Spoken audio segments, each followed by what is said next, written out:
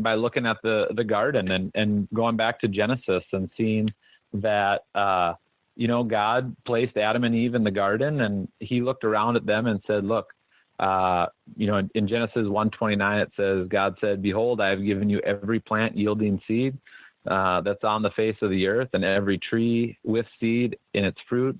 You shall have them for food. And a little later in Genesis 9, he says, every moving thing that lives shall be food for you. And as I give you the green plants, I give you everything. And it really, I think, starts there in that God placed Adam in the garden and said, hey, look at all this that I've created for you. And, it's yours.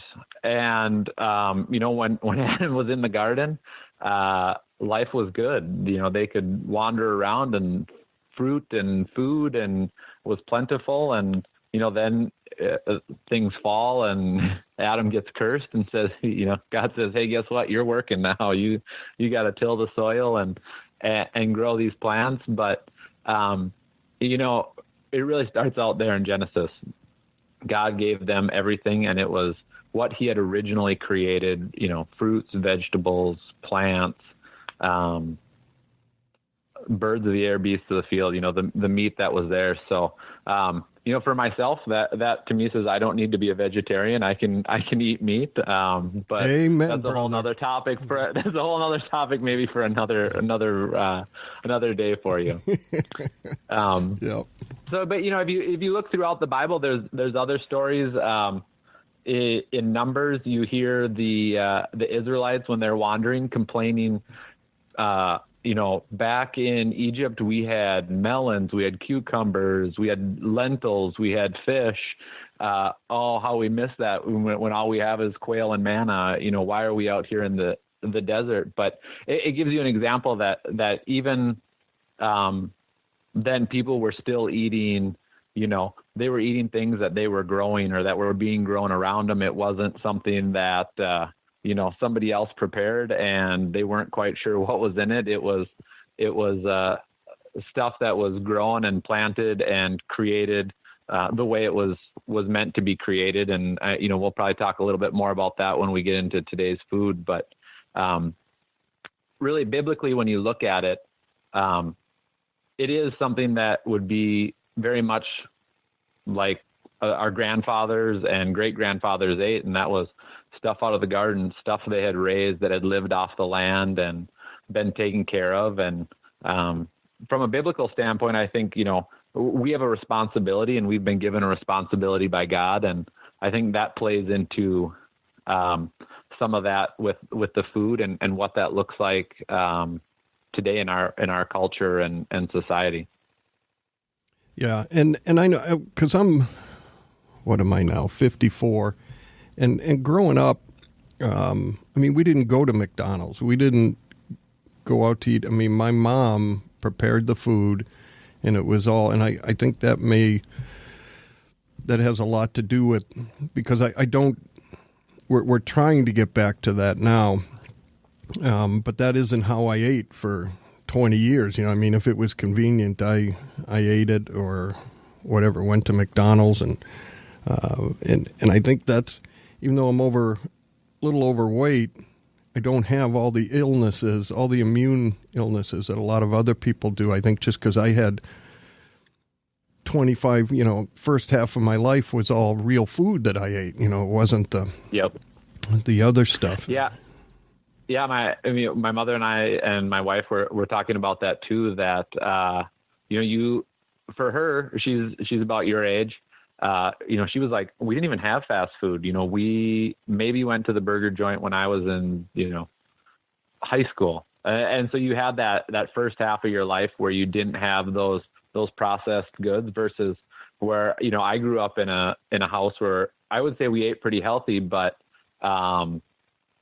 we always joked that my dad should have just taken Mountain Dew intravenously because that's how much Mountain Dew he drank. And you that stuff was around you. And, Little Debbie Swiss cake rolls were awesome, and Twinkies and stuff like that. And you had that around you. And, I look at what my kids have around me or have around them that's there.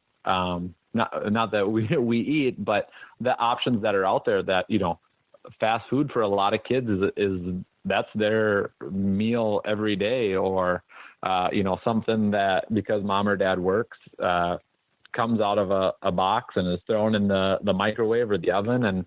And that's what they get to eat. And so, because that change has only happened in the last, so many years, or really seeing that change happen in the last so many years, I don't think we really do see those health side effects, in our kids and families, as much as we've seen, or are starting to see in the last, 50 years, the increase in a lot of that stuff. Yeah. And my oldest daughter, she has, her two oldest twins are, they have some immune disorder where, they had to have the government come out and check for lead. Their lead levels were so high, but by the grace of God, they should have had brain damage because of the amount of lead they had in their body, and they didn't. So now she is taking their food, and I don't know how their kids do it. They've trained them well, but they're eating vegetables for snacks and real food. They have completely cut out any type of processed food or anything. We every Thursday night at church, we have everyone brings a meal and we share it with everyone in the body there, and there'll be cake there. All kinds of good stuff, and her kids just say, no, I'm not going to eat that stuff, and it's amazing. And now their bodies are getting back to where they should be. It's pretty cool to watch. So it's I think eating that way and getting yourself there takes a little time.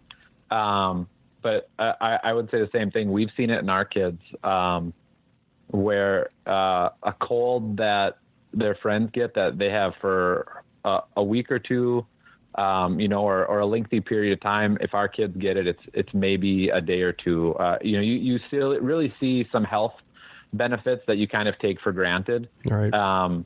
When you eat healthy like that, and it's not an easy battle, especially for kids. When we were kind of getting this interview set up, we joked about kids' diet today is spicy Cheetos, Mountain Dew, and whatever else they can get their hands on. And there's a constant battle out there, especially with your kids, to tell them you're trying to show them the effects of that and how it affects their body, and they're seeing that all around them and wanting to take part in it because their friends do, or so on and so forth, or they see the TV commercials that make everything look great. And it's a struggle. But when you talk to your kids and they start seeing the effects of, oh man, you know what, we haven't gotten really sick for a couple of years now, but my friends are getting this or that.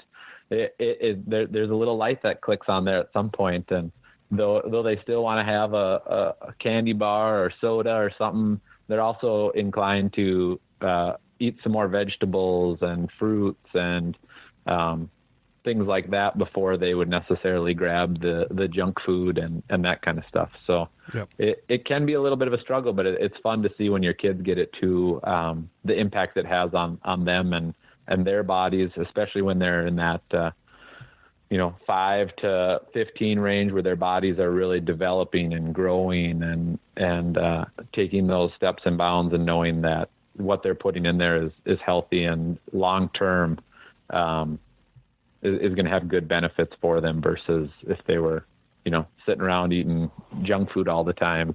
Right. Yeah. And I have I actually ordered another book, the I don't know, I don't remember. I did a show on it, The Time Bomb Inside You or something, and which brings me back to my next question. Like, on the biblical side, do you know? Because I've heard statistics before, but I don't remember what they are. The amount of sugars we're throwing into our body versus on the biblical side. They didn't have all that available to them. Their stuff wasn't full of corn syrup, sugars, and all that type of stuff.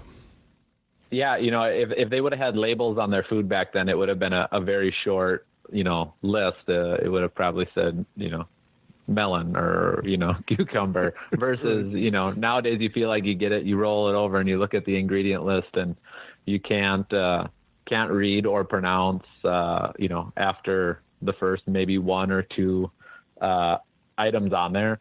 And so, yeah, you would have, biblically, you definitely wouldn't have had the sugars and the sweeteners that we have. A lot of those things have been created in the last couple of years, in the last 50 years, 60 years time frame. You would have had more things that they would have used for sweeteners like honey or dates or different things than that versus the sugars and high fructose corn syrup, stuff like that we have today that comes from an abundance of corn and different things like that. You got to find stuff to make out of it. So yeah, and I know I've been to Israel once, and my wife, I don't remember 2 or 3 trips she took. But you mentioned dates, and that's what I mean, they were phenomenal over there. And you come back here, and it's like it just doesn't taste the same. I don't know. It's yeah. When you look at the way, especially if you look at how cultures eat as a whole worldwide, and you look at the American diet versus that, it's amazing because especially when I'll take myself for instance. Working on learning how to cut out sugars and stuff like that. It's amazing how something you can cut those out and life goes on, you survive. And then you try something like a Pepsi or something like that. And your body, almost instantly is like, this is way too sweet. Like it's funny how your body kind of levels out, but you eat something like a date or something that, has been grown and cultivated. And it's like, oh, this is like where the sugar level should be. It shouldn't be, 10 times more than this. It's like, oh, this really tastes amazing. And, you can see that in cultures around the world where they don't have all that added stuff. You get a real sense of what food should taste like. And, if you can get your hands on that, it's great. I mean, I think it helps your body take that turn and that you really start to see what food is supposed to taste like versus what you're used to. Yeah. Yeah. And for us to do that, I did that. I remember a couple of weeks ago where I said, all right, I'm just going to start eating vegetables and real food and just avoid the junk. And day 3, I thought I must be Job. I mean, my body's trying to get rid of all this junk, that I've been putting. I mean, the headache, just tired and not feeling well. But the headache was probably the worst part of it all. I mean, it was bad. And, and I've stumbled a few times since then. I've, on a Thursday night, someone brought brownies. I couldn't help myself. Had one of those. But, I mean, it's just, you can't get legalistic about it, but just, just start being aware of what you're doing.